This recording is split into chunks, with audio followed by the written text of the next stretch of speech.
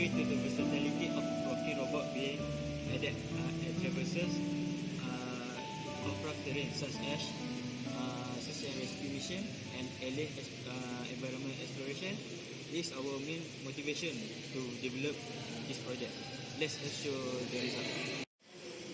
Okay, so for our robot, basically we could be categorized into 3 subsystems. So one is the motor control system, which consists of the motor as well as the microprocessor, and having the Hall effect encoder, which is right here, as the feedback factor into the microprocessor so that it could do some form of closed loop processing and control. So another subsystem is the Klann linkage mechanism, which is basically our leg and then the one that enable the translations of our robot. So the motor control system is linked to this part of the mechanism through the use of a belt and pulley system. So the third subsystem is the track edge sensing system, which is basically this one, an infrared emitter and a receiver, which act as a sensor and then feed its information into the processor so that the robot can know that whether is it close to the edge and then react accordingly, giving the correct correction vector so that the robot could be on the correct trajectory. So now we are going to do some demonstration on the motor control system. Alright, so as you can see, this is the Mega, and the signal will be fed into the H-bridge, which is then fed into the motor to control the motor. So as you can see, there is actually an encoder, Hall effect encoder, behind the motor, which is fed into the microprocessor for some feedback control, which is controlled using a PID. So as you can see, when the motor start running, so whenever there is an exogenous input into the system, the motor will maintain its speed because of the feedback control. We're going to have a demonstration on the track edge sensing system.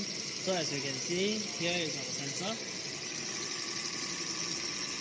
for our left hand side, and here is our simulated track over there, the white spot there. So as you can see now, both of the motor is currently moving at the same speed. So when an edge is detected, a left edge is detected, you can see that the left motor would first move faster in order to turn the robot back on track, and then when it's already leaving the vicinities of the edge, the right motor would start to turn faster so that it would return the robot towards the original trajectory. And then the motor, both motor would move at the same speed again so as for the robot to move in a forward direction again. Now this is the climb mechanism and is controlled through a belt and pulley system, which is controlled by the motor, which is controlled by the microcontroller, which I can control the speed of direction of through the use of this potentiometer. So as you can see, when I turn this, our leg will start to move. But then as you can see, there will be a jerking as well as a slip.